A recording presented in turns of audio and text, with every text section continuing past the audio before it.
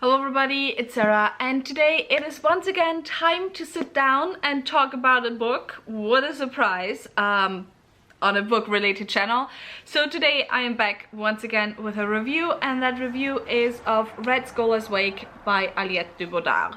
Also, I'm sorry if you hear a lot of background noise in this video. For some reason I'm just kind of getting dizzy right now, so I opened the window to let in some fresh air. But anyway, the Red Scholar's Wake was the buddy read for my book club for January. My book club is of course of Queens, Witches and Valkyries, and in that book club we read one adult fantasy by a woman or genderqueer person per month. And now I'm kind of starting to widen up the spectrum of books we read to also sometimes include science fiction, which this one was. So what is the Red Scholar's Wake about?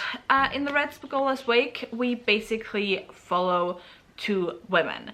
One of those women is a sentient ship, kind of, in a way, and the other woman is a botmaker who has been caught by pirates. Pirates who the sentient ship called Ricefish is a part of. Now Ricefish's wife a short while ago was killed. She was killed in an ambush, and Ricefish wants to find out what's behind that and who's behind that, and for that she needs our captive's help, and that's kind of their story. They enter a fake marriage so that the botmaker is protected, and yeah, that's it. By the way, the only reason why I'm just saying botmaker the whole time is because I forgot her name.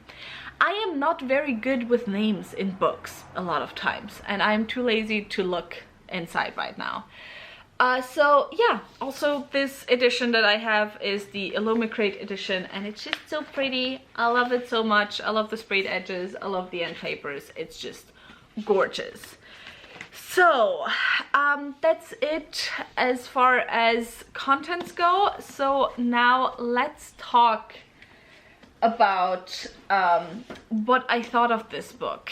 And I'm gonna have kind of a hard time talking about my thoughts on this book. This was so far the second Aliette de Bodard book that I have read, and the first one was Fireheart Tiger, so just a novella. And with Fireheart Tiger I enjoyed it, but I wasn't very engaged in the story.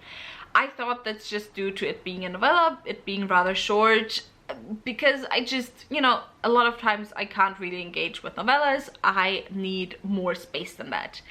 However, I found myself having similar problems with this book as well. So I think there's just something that I really can't put my finger on when it comes to Aliette de Bodard's writing, where I'm like, yeah, I'm enjoying it, but I'm not really loving it, and I'm not, you know, all over it. I gave it, or I ended up giving it like 3 to 3.5 stars. And yeah, so yeah, it's gonna be kind of hard for me to talk about this book, because I in no way, shape or form think this is a bad book. I just for some reason couldn't connect with it, and that's just what sometimes happens. So but as always, let's first start with the negative things. I mean, in terms of the negative things, aside from me not being able to connect with the story, I just think the story was too short for what it was. I think if the story had had 100 or even 200 pages more, there could be a lot more done with it. Although I'm not necessarily sure if that was the aim of the author, all in all. Like, I think there's a lot potential in this book for political stuff. I actually kind of in some ways would compare it possibly to the Texelan duology, so A Memory Called Empire and A Desolation Called Peace, especially the first one, because like you have those two elements. On the one hand you have this very politicized system, in this case it's mostly pirates working against an empire.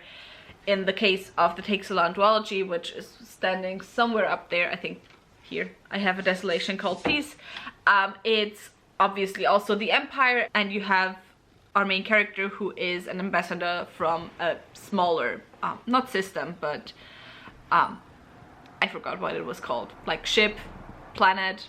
It wasn't that. I think it was a space station. And on the other hand, you have this sapphic romance that's kind of in the center. However, it very much takes a second seat in the Take-So-Lan duology, and in this story, it's very much in the forefront. It's not so much in the forefront that I would say it's like fantasy romance, sci-fi romance. Is there a subgenre called sci-fi romance? Probably has to be, right? Otherwise, what does Ice Planet Barbarians fall into? But here, like, the romance was way more in the foreground, and the political stuff felt very secondary a lot of times.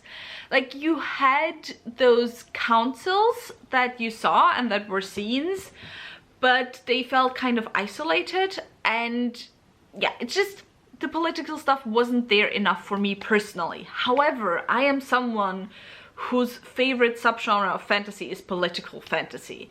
So I love intense political 800 plus pages stuff.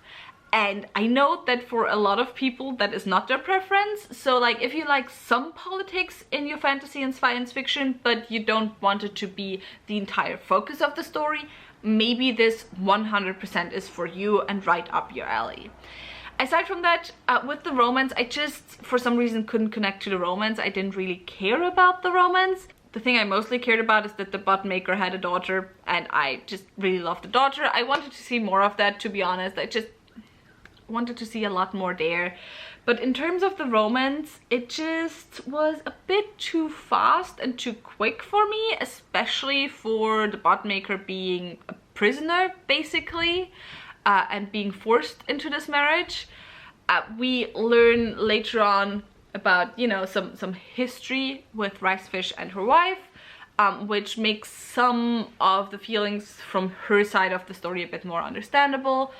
But aside from that, it was just a little bit too insta-lovey for me. And then in terms of the more, you know, I don't want to say graphic stuff because I'm mostly talking about kissing, but there was just descriptions of Ricefish tasting like machine oil, and obviously she's a sentient ship, basically, which I guess without context and without reading the story just sounds very weird that the romance is between a human and a sentient ship. But yeah, it makes sense that she tastes like machine oil, I guess, but it's also just really not sexy to me. And so I was just really put off by that. So yeah, sadly in those parts I did not particularly love the book. However, the things that I did really enjoy was, first of all, as I said, I think like the relationship, the little that we got from the bot maker and her daughter, I really enjoyed that. I also loved that there were continuously discussions going on about the power dynamics within this spouting relationship, I guess, because obviously one of the two is somewhat a prisoner and, you know, can't really leave, and the other one is the captain of a fleet. So like, there are power dynamics there, and they weren't just ignored, they were very much acknowledged, and they were talked about within the relationship, like even just on page, not just within the narration acknowledged, but also within the conversations between the characters. So I really enjoyed that. I really loved a lot of the side characters. I actually found them way more interesting than our two main characters. I thought a lot of the dynamics, the family dynamics, like with both characters, two other side characters, were very interesting. And yeah, I think, as I said, it's hard for me to say because there weren't that many things that I actively enjoyed. I didn't dislike most of the book, it was just that for a lot of the things there just wasn't enough there for me to really engage with it. And so yeah, I think this is just a really hard review for me because, again, I just feel like I'm being overly negative right now, or coming across as overly negative, and like there's only negative things I have to say about the book, which isn't true. But yeah, this wasn't a book for me, and I think Aliette de Bodard just isn't the writer for me. So I think like one thing I did enjoy is like that Aliette de Bodard's cultural background just really comes through with the book. Aliette de Bodard, if you don't know, is I think Vietnamese, French. So yeah, the Vietnamese influences were very much there within the naming of characters in the story, and also with how the characters address each other and so on.